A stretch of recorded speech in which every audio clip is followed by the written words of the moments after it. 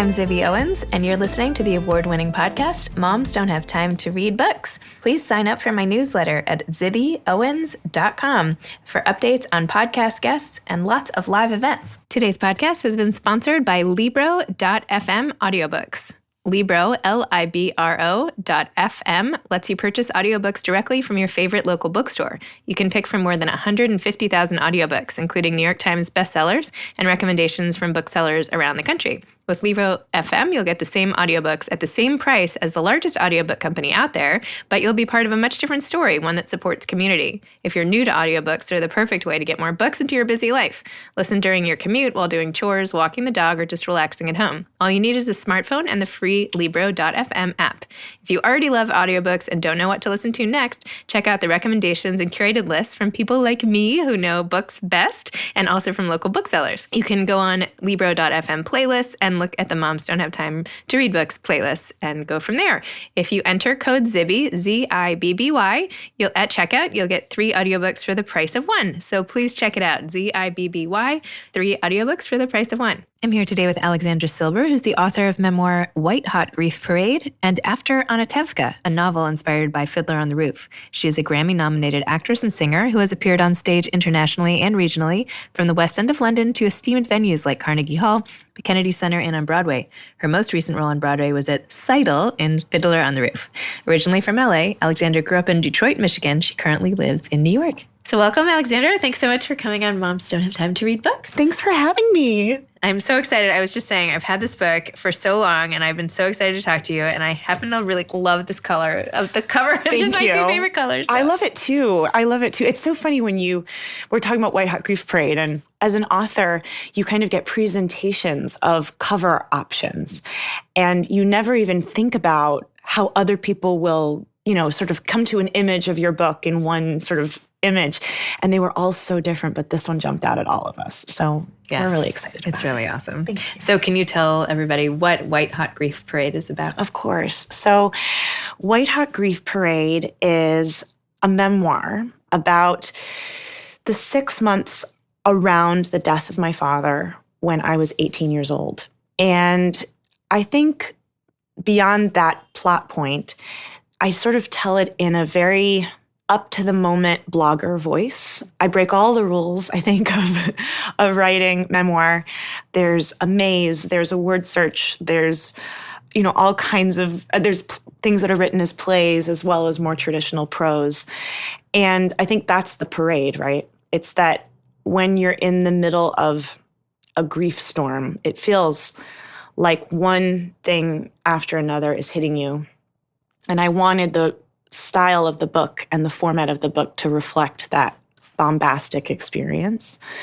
And it really focuses on my relationship to my father, obviously, my relationship to my extended family. And I think the real stars of the book are my remarkable 18-year-old friends and my mother. And this sort of point that at the sort of crossroads of childhood and adulthood, what does one do when they're hit with this thing that every culture fears the most? It doesn't even matter what animal you are, actually. Every time period, every era, every socioeconomic class, every language spoken fears losing someone they love. And yet, it's this thing that we don't talk about very often. And we don't talk about it very well when we do talk about it. And on top of all of that, there aren't a lot of resources for people in between childhood and adulthood.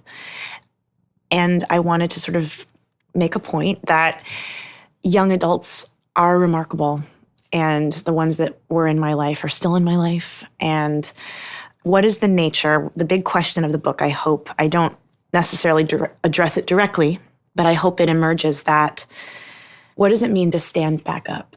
And we hear so many books about how bad things are, chapters and chapters and chapters of describing the bad. And then you sort of get this fast forward moment where it's like, 10 years later, here I am and I'm fine.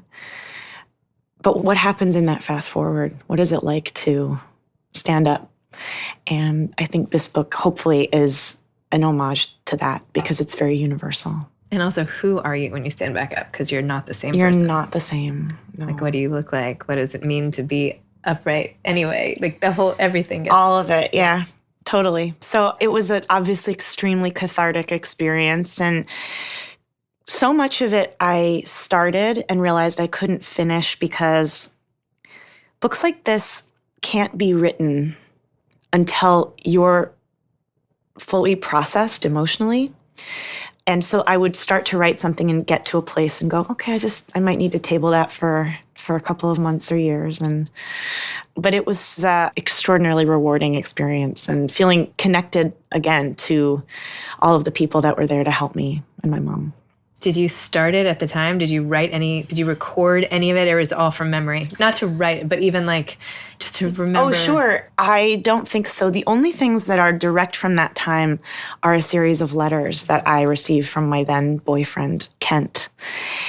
And I did journal at the time, but it's funny. I referred back to it, but it's just gobbledygook. Mm-hmm. I think if in a way, what White Hot Grief Parade is translation, I put in huge quotes, translation of that gobbledygook of my journals and my thoughts and my feelings. It's like, okay, now that we've sifted through all of this, this is what that was actually about. So I'm interested, you're an actress. I am, yeah. You've taken this show on the road. You're amazing. Grammy-nominated, international star. I mean, you've been everywhere. It's insane. I don't even know how you found the time to do this. You look like you're 12. But anyway, thank you. But you wrote After Anatevka, after you'd been in Fiddler on the Roof. Yeah. And bless your heart, you just thought about what might have happened after, and you went ahead and wrote that book. I did. That book took 9 years to write, top to tail. Yeah, and I think, it's interesting, and I think one of the many things that's like, okay, so about the nature of your podcast, right? I think so often in our lives we're told what we are is defined by what we do. And I have this really, I suppose, conventionally successful night job, I joke, being a working actor. And sometimes a working actor really at the height of what it means to be an actor in the theater. I've worked in the West End and on Broadway, which are, where you aim for an English-speaking theater. And I'm honored by that. But I think I also knew that I had other identities that weren't just connected to my job. And I think everyone feels that way. You're not just a mother, you're not just a finance person, you're not just we all have hobbies and loves. But what if we started to bring those things to the forefront and not necessarily have them replace the old identity, but stand side by side with them? For me, it was about creativity. And I realized that right around the same time I was playing Hodel, I've done 2 productions of Fiddler on the Roof. It's sort of crazy and bizarre and proof that there are no accidents. The first time it was about 5 years after my dad passed away. I was 23 years old and starred in a regional production of Fiddler in Sheffield, England, a production we didn't know would transfer to the West End and eventually did. And it took up top to tail about 2 years of my life, and it was incredibly powerful. I think for the reason that these books are connected. They're completely different genres. They're completely different voices, but they're first cousins because they're tied to the same experiences.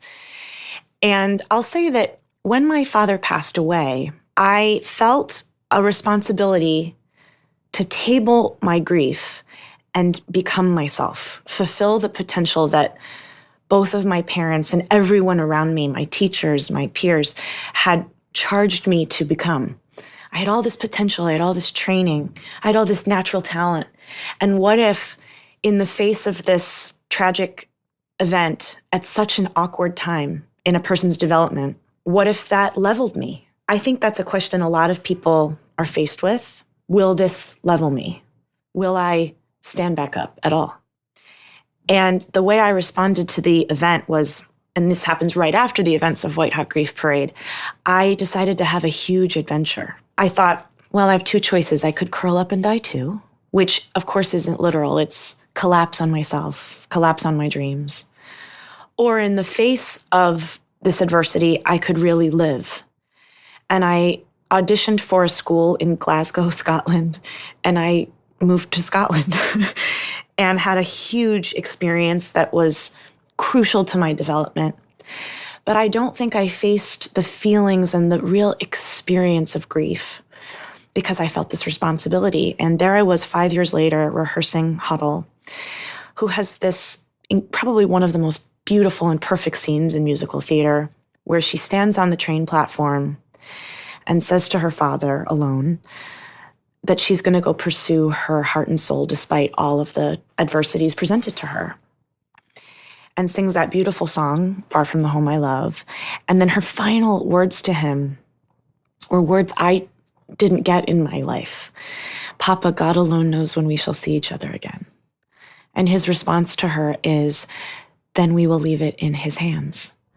And I didn't get to say goodbye to my dad, but I did through Huddle. And it's one of the beauties of the theater is you get to live these multiple lifetimes, you know? So I think I realized that was this 5-year mark. And can we pause for 1 second? You wouldn't sing any of that, would you? Would you ever do that? No, but I can send you a clip of me Would singing. you? Yeah, Okay. I have the recording for sure. Okay. How do you go on? Because I'm like in tears. I mean, that's emotional. How do you go and perform that over and over and over again when it hits such a personal nerve? Sure. How do you like draw the line between, oh, this is what I'm doing is my acting job versus? It's really interesting. That's a question I get a lot. And sorry. Oh, no. Questions you get a lot. No, it's a question I get a lot in sort of a different form, right? Which is, it's not always under that lens.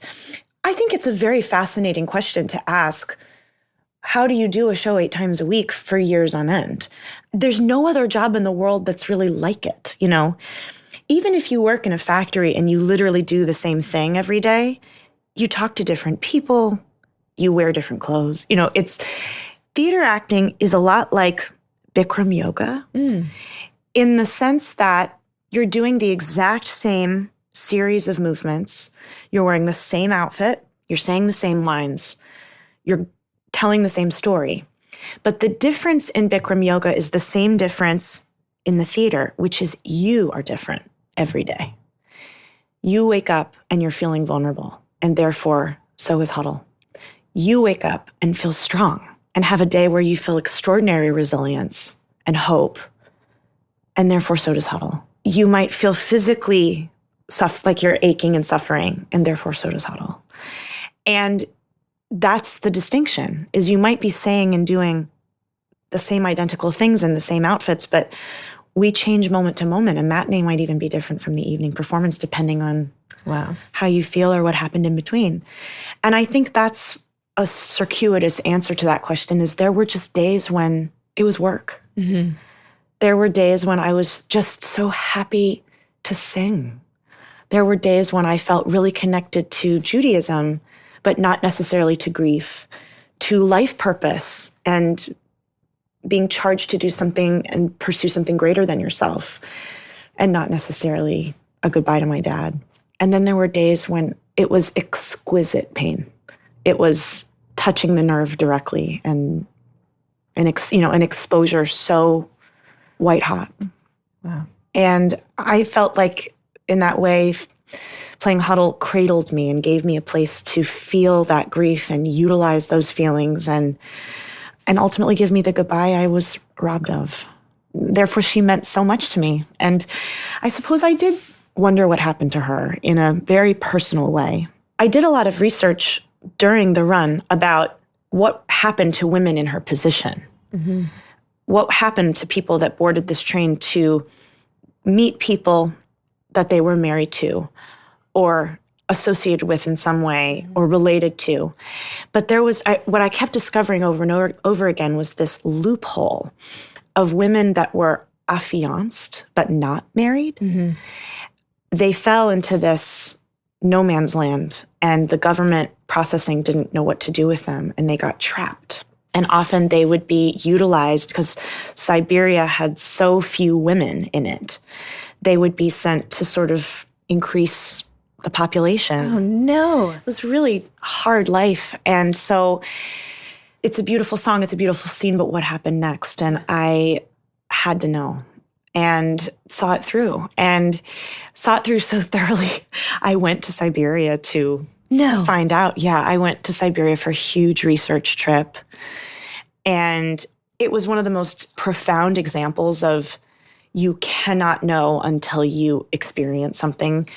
The colors, the smells, the people, the culture, the change in how a language alters being in the world, what beauty means in one place versus in another. I mean, it was mind-blowing. And so, and I think also sometimes when you're on a spiritual journey, you have to match it with a geographic one.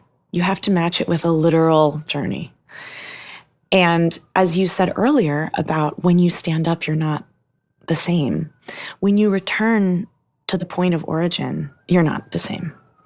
And that's the oldest story in the world. That's Odysseus and Dorothy and Bilbo Baggins.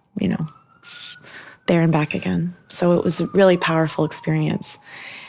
But yeah, I started writing during that first Fiddler because I realized also, while I was a performer, of course, technically performance was what was on my tax returns, if you will, that I wasn't as connected to performing as I was to creativity. Mm-hmm. And there's just a moment in a long run when creativity starts to ebb and you can't look to the night job or the theatrical experience to fulfill your creative needs anymore. You have to fulfill them yourself. And I didn't really know how to do that, but I'd always been a big reader. So we definitely have that in common. For those of you listening, I'm sitting in the middle of the most expansive, beautiful library, and my mouth is watering. So yeah, that had this really bibliophilic other love story going on inside my theatrical career. I love that say it again. Bibliophilic. Oh, bibliophilic love story. It was just a real love affair with books. And I don't remember who said it. Maybe you can look it up. A good book is a good friend, mm-hmm. And finishing a book is like losing a friend, Mm-hmm. So I started writing a blog when I was in London, and I had this unbelievable feeling of, oh my goodness, like the 200 words that I put together today in this order didn't exist in this order before I put them in the world. I had made something. And it ticked the box. It filled me up. It fueled me. And then I was able to go to work at night. And if you will, I required less from work. Mm-hmm. So I kind of went to it with a purer heart. And I kept writing and writing. And eventually a literary agent found my blog and contacted me about expanding essay and blog writing into critical essay writing into something novel length. And After Anatevka was sort of born of these questions. I'd never considered putting it into a narrative structure.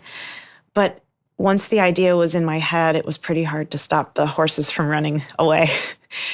And I just wrote it in between scenes, backstage. Like, if I wasn't in a scene, I'd open up my computer and I'd set a timer so I didn't lose track of time. Sometimes you're so in it that you just fall into that world. So I would set an alarm to make sure that even if I wasn't listening to the loudspeaker, I would still make my entrances, I did a play at the Kennedy Center and then on Broadway called Masterclass. And my character, Sophie, was only in the first act. So that was a huge joy because I would finish work and then I'd have to stay for curtain call, but I had this big half-hour chunk where I could write exclusively in Act 2 of that play. So yeah, I think both of my books were born in dressing rooms and on airplanes and were my loyal companions alongside my theatrical life. And interestingly, when I was doing Masterclass, it's funny that just came up, Masterclass was the 10-year anniversary of my father passing away. And White Hot Grief Parade was born of a blog post that I wrote titled, very simply, 10 Years. Where I think I decided to take the veil of author voice, blogger voice. I know that, voice is a big thing in writing, and you have to feel an affinity with the narrator, and the quality of the narrator changes book to book, and of course, style, etc. But I think my chatty and conversational tone, I wanted it, of course, my blog to feel like a friend having a conversation with an informed friend about things that you cared about. But I don't think I ever allowed the blog until 10 years, this post, to reveal what I would describe as the distinction of intimacy. I had never taken that last boundary down and said, let's talk about what this was really like. I would do what in psychology is called book reporting. I would say, my dad died. I moved to Scotland. As I say in my book, here we are at this cocktail party. I would talk about and around the facts of the loss, but I wouldn't sit with you or anyone and experience the emotions surrounding the loss in real time, which I think is the distinction of vulnerability. And the revelation of vulnerability is, I think, what defines intimacy. So I had never done that. And I just decided to go for one night only, for one post only, let's really talk about grief. And the response to the post was watershed insane. I mean, the responses, the strangers, the shares, the reach, the desperation of other people to discuss this inner ache and this universal fear that we will all experience at some point or another in different forms, in unimaginable ways, but we'll all meet in this land of grief. And some people choose to totally disguise themselves while they're there, and some people can't. And I think it was really surprising to me, again, this discovery of what I've already said of, wow, I guess we don't talk about grief very often, and when we do, we talk about it very poorly. And my agent said, okay, stop the presses on After Anatevka. You have to write something more expansive about this, and it clearly shows that you're ready to start that process. And while After Anatevka took me many, many years to write, White Hot Grief Parade galloped out of me in weeks. The first draft was done in about 9 or 10 weeks, and it built, it grew, it evolved, but the structure was almost intact in its print form now. A story that was demanding to be heard, demanding to be expressed, and wasn't going to take no for an answer, but was waiting for the moment that I was prepared to write it. And they both sat on my computer as manuscripts, essentially. And I was pleased with that. I was pleased to sort of say, I wrote some books. I don't know that anything will happen to them, but how exciting. I ran the marathon. I don't need to tell everybody about it, but I did it. Whatever that may be for you as an individual. And 2 years later, really by coincidence / divine intervention, I was cast in the 50th anniversary production of Fiddler on Broadway. I had moved back to the States, and this time I was cast as Tzeitel. And, a lot of people ask me, was it so hard to not play Huddle, But it was 7 or 8 years later, and I had, first of all, I don't think I could possibly have told Huddle's story more thoroughly. I mean, I went to actual Siberia, Yeah, you can check that off. You can check right. that box. I had told her story, and I think also Huddle is a character that is becoming herself, discovering who she is and the nature of what matters to her and the order in which it matters. And when I played her, so was I. I was in the same place. And by the time I was playing Tzeitel, I was a woman, not a girl. I knew what mattered to me. I knew what my values were. I was thinking about partnership and children and my relationship to the divine and to society at large, which I think made me ideally suited to serve Tzeitel's story. And just as a little footnote, I was also given another iconic father-daughter moment that I know I will always ache for in life, which is being walked down the aisle by your father at your wedding. And I remember going to a wedding a few years before Fiddler on Broadway, and when my very good friend was walked down the aisle by her dad, I had this unbelievable ancient grief explosion with this knowledge that no matter what I do or achieve, how much money I ever make, how successful I ever become, that's not a purchasable moment. And that was something I would never have. And through Tzeitel and through Fiddler, I did get that. Oh, So it's been a really important gift to me. And I know to so many people. And so I was really lucky that if there was a moment to sell After Anatevka specifically, that was like a cherry on the slot machine. This was it. Wow. And I was so blessed that Pegasus actually bought both manuscripts at the same time.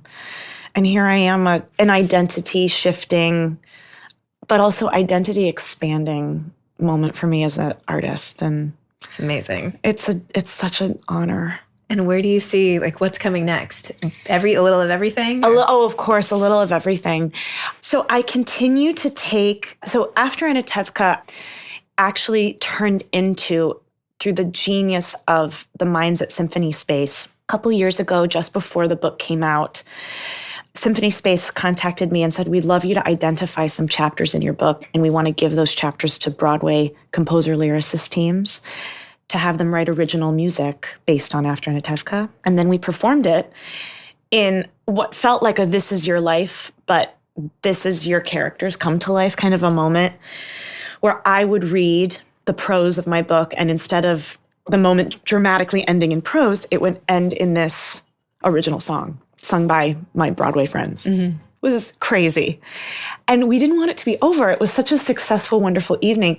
So my musical director, collaborator, one of my dearest friends, Ben Moss, and I sort of fashioned a version of that concert that included a few songs from Fiddler and 5 of the original songs from the Symphony Space evening. And we sort of took it on the road as a duo. And we've been touring with it literally ever since. The last time we did it was last week, not even 8 days ago, which is so rewarding because it's taken me to so many Jewish communities. I've gotten to meet incredible crossover audiences, if you will, some people that know me as an author, some people that know me as an actor. And one of the things that's so rewarding about those concerts is it's a celebration and an enacting of me doing all of the things I do in one evening. So I dramatically read and embody these characters that I love so much. I read my original text, and then I use my singing voice to bring them to life in a different way. And it's sort of one of those unimaginable hybrid things you could never have conceived of being a part of your life. I have to get to one of these. Oh, I hope you do. It's a real joy. Florida, or did I make that up? Yeah, I was in Florida. We did a whole tour of Southwest Florida, which was a joy. And so definitely more of that. And I'm working on 2 new books, which is really exciting. Wow. Actually, kind of a companion to each of these. Definitely the next installment of what happens to this family that we know and love from the Shalom Aleichem stories and Fiddler on the Roof, and a lot of the continuations of the original characters that I've brought in to the book as well. And then I'm also writing a really interesting collection of critical essays about how to love the theater and why to love the theater. So hopefully we'll be seeing those in the future. Yeah. And then I do have some theatrical projects. I don't know when you're releasing this, but I think I can say I don't know that I've ever been so excited to start working on anything, but I'm going back to London in about 10 days to start rehearsing the Broadway production in London, England of Paula Vogel's Indecent, which is a beautiful Jewish play about a beautiful Jewish play. We'll be running at the Chocolate Factory till the beginning of May. So I'm so blessed to have a little bit of everything in my life. That is amazing. Thank you. I'm so happy for you. Oh, thank you. No, I mean it. I feel like I've gone on this journey with you through reading your book, and thank you. You end up just so rooting for you. And before I even met you in person, thank you. Because you're rooting for you in the book, and now to see all this come to life. Thank you. And the way you help other young girls, like the scene you tell when you were helped as you were exiting a theater, and how you helped. I mean, like all this full circle stuff. I think we're It's charged. amazing. Thank you. I think the greatest gift I've been given in my life is this charge to continuously express gratitude to and for the people that have helped me, and people that even resemble the people that have helped me, and hopefully give back to people that, if you will, resemble me, and show them grace and show them that even though they think it might never, ever, ever get better, that it can, and live that. I hope that even that is enough, but I try to really meaningfully contribute as much as I can. Do you have any advice to aspiring authors? Oh, sure. A couple things. One, and I actually think your podcast speaks to this directly, right? Time comes to those who make it, not those who try to find it. Ooh. And I think that is absolutely how I've gotten so many things done, if you will. I've been disciplined, and discipline, though, doesn't come from rigor. The best kind of discipline comes from really knowing what your values are and making a decision to do something versus simply wanting to. And those are really big distinctions. Like, I often think of, if you've made the decision to eat healthy and lose weight, it's a very different thing than simply wanting to. You make plans, you commit, you explore your soul about why. And I encourage everyone to do that work. And then additionally, once you've made the decision and you make the time, just sit down. Just sit down and do it. I equate the just sitting down. Speaking of which, the just sit down is an unoriginal phrase. It's actually, I've already mentioned him, Ben Moss's phrase, my musical collaborator. He's been engaging in a really interesting creative action where he's sitting down at his piano every day and writing original music, no matter how silly or where the inspiration comes from, and then posting the results online, really for accountability, not for exposure. And he said, as long as I sat down at the piano, something always came. And the metaphor that I extended that to is, if you take the trouble to put on your gym clothes and your shoes and go to the gym, if you walk into the gym, you'll probably work out. If you go to church or the synagogue or the mosque or any place of worship, once you walk in, you'll probably sit down and pray. And I think that by going to the place of creativity, the piano for Ben, the canvas for artists, the computer for me, you're basically saying, I've entered this holy space. I'm ready to engage with life in that way, and may the muses move through me. But it can't happen if you don't do it. And I think all of that together is to say, just make things and don't worry about what they become. They are things that are rapping on the window of your mind and heart and soul that want to be in the world and have asked you to be their birth canal. Don't deny them. Wow. That was beautiful and inspiring. Thank you. Thank you so much.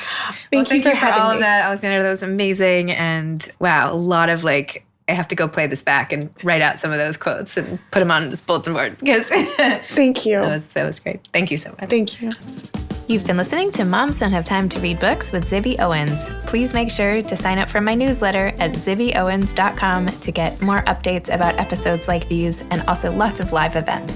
Thanks to Libro FM for sponsoring today's episode. Remember to go to Libro.fm, libro.fm, to get your next audiobook, support a local bookseller, and enter code Zibby for 3 audiobooks for the price of 1. You can follow me on Instagram at Moms Don't Have Time to Read Books. Thanks so much to Steve and Ryan at Texture Sound for the sound editing. And thank you to Morning Moon Productions for providing this fantastic intro and outro music.